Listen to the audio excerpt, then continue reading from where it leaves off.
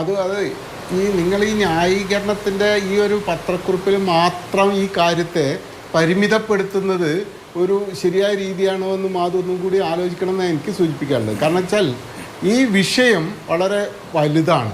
കാരണം ഒരു അവസ്ഥ, ഒരു സിസ്റ്റത്തിൻ്റെ പ്രശ്നമാണ്. ഇപ്പം മാധു തന്നെ ഇവിടെ സൂചിപ്പിച്ചു, സർക്കാർ ആശുപത്രിക്കകത്ത് ബെഡ് ആവശ്യത്തിന് കിട്ടാതെ പല ആളുകളും താഴത്ത് കിടക്കേണ്ടി വരുന്നു, വിരിയുമായിട്ട് വരുന്നു എന്നുള്ളൊരവസ്ഥ അവിടെ. അത് മാത്രമല്ല, ആ രോഗികളെ നോക്കുന്നതിന് വേണ്ടി എത്ര ഡോക്ടർമാർ, ഡോക്ടർ പേഷ്യൻ്റ് റേഷ്യോ എത്രയായിരിക്കും, നേഴ്സ് പേഷ്യൻ്റ് റേഷ്യോ എത്രയായിരിക്കും, അവിടെ ബാക്കിയുള്ള സൗകര്യങ്ങൾ, അവിടെ ഉണ്ടാകുന്ന മറ്റെല്ലാ സൗകര്യങ്ങളും ഇതിൻ്റെ കൂടെ കോംപ്രമൈസ്ഡാകുന്ന അവസ്ഥ ഉണ്ടാകുമ്പോൾ എന്തായിരിക്കും ആശുപത്രിക്കകത്ത് മാറുക?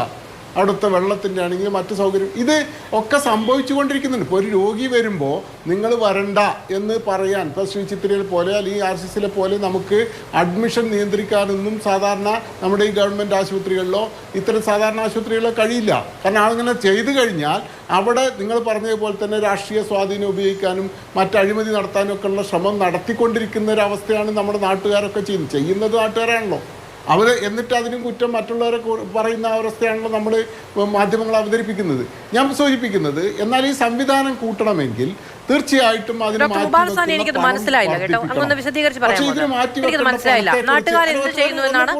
മാധ്യമങ്ങൾ എന്ത് സപ്പോർട്ട് നൽകുന്നു എന്നാണ് എനിക്കത് മനസ്സിലായില്ല. അതുകൊണ്ടാണ് അങ്ങ് പറഞ്ഞു പോയ വഴി എനിക്ക് മനസ്സിലായില്ല.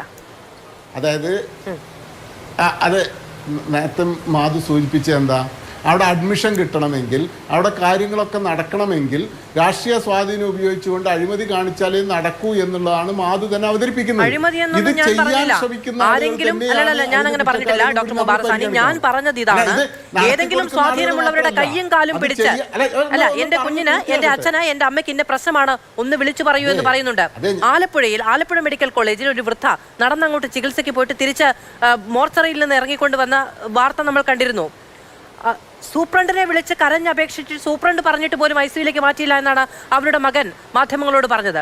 ഇങ്ങനെ സാധ്യമായത്, ഒരു മനുഷ്യൻ ചെന്ന് കയ്യെ കാലം വീഴാണ്, എൻ്റെ അമ്മയ്ക്ക് വയ്യ, മരിച്ചു പോകും, ഒന്ന് CT എടുക്കാൻ പറയൂ, ഒന്ന് എക്സ്റേ എടുക്കാൻ പറയൂ, ഒന്ന് ICUയിലേക്ക് മാറ്റാൻ പറയൂ എന്ന്.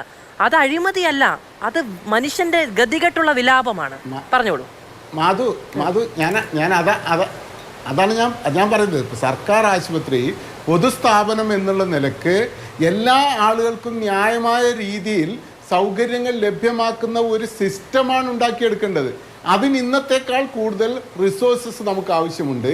കേരള സർക്കാർ തീർച്ചയായിട്ടും ഡൽഹിയിൽ പോയി സമരം ചെയ്യുന്നതും നമ്മുടെ പണം ആരോഗ്യ മേഖലയിൽ പിടിച്ചു വെച്ചതും അത് വേണ്ടത്ര കിട്ടുന്നില്ല എന്നുള്ളതും 1 ലക്ഷത്തിലധികം കോടി രൂപ കേരളത്തിന് ലഭിക്കാനുള്ളതൊക്കെ നമുക്ക് നഷ്ടപ്പെട്ടു പോയെന്നൊക്കെ നമ്മൾ കേരളത്തിൽ ചർച്ച ചെയ്തതല്ലേ.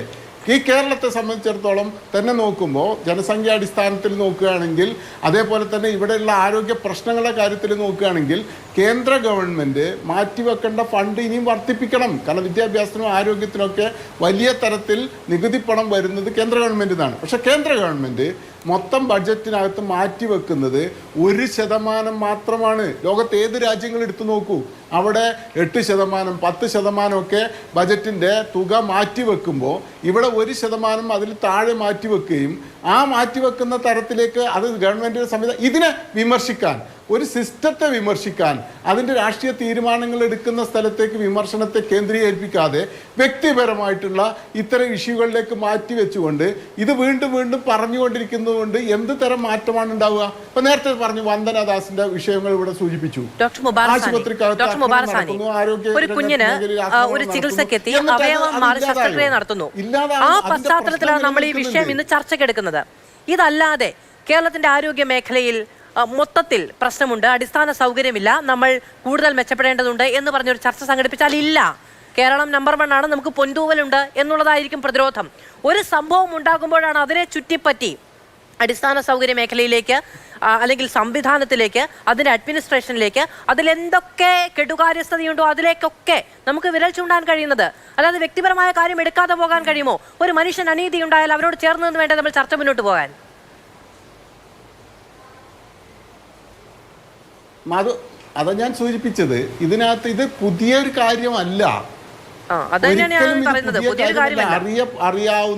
അറിയപ്പെടുന്ന കാര്യമാണ്. അല്ല, അത് പരിഹരിക്കാനുള്ള ചർച്ച എങ്ങനെയാണ് മുന്നോട്ട് വെക്കേണ്ടത് എന്നുള്ളതാണ് പ്രശ്നം. ഒരു ഒരു ഒരു അപകട സാധ്യത, ഒരു എറർ ഉണ്ടാവാൻ സാധ്യതയുണ്ട്. എററ് മാത്രമല്ല അവിടെ വിഷയം. എററിനകത്ത് നടപടി എടുക്കണം, അതിനുള്ള ശിക്ഷയും അന്വേഷണമൊക്കെ നടത്തണം. പക്ഷെ അതിനെ പരിഹരിക്കാൻ ആവശ്യമായ ചർച്ച എന്ന് പറയുന്നത് ജനങ്ങൾക്കാകെ ഇതിൽ അവിശ്വാസം ഉണ്ടാക്കുകയും ഈ വിഭാഗത്തേക്ക് പോകാതെ ഉള്ള അവസ്ഥ ഉണ്ടാക്കുകയും നമ്മുടെ സർക്കാർ സംവിധാനത്തെ അതിൻ്റെ ആ ഒരു ആദരവിനെ ഇല്ലാതാക്കുകയും ചെയ്യുന്ന തരത്തിലേക്ക് ചർച്ച കൊണ്ടുപോകുന്നത് ചർച്ച ചെയ്യുന്നതിനെ പ്രശ്നമുള്ളൂ. അല്ലാതെ തുടരെ ഇത്തരം വാർത്തകൾ വരുമ്പോൾ, തുടരെ ഇത്തരം സംഭവങ്ങൾ ഉണ്ടാകുമ്പോൾ ജനങ്ങൾക്ക് സ്വാഭാവികമായ അവിശ്വാസം ഉണ്ടാകും. അതുകൊണ്ട് ജാഗ്രതയോടെ വേണം ആരോഗ്യ സംവിധാനം പ്രവർത്തിക്കാൻ.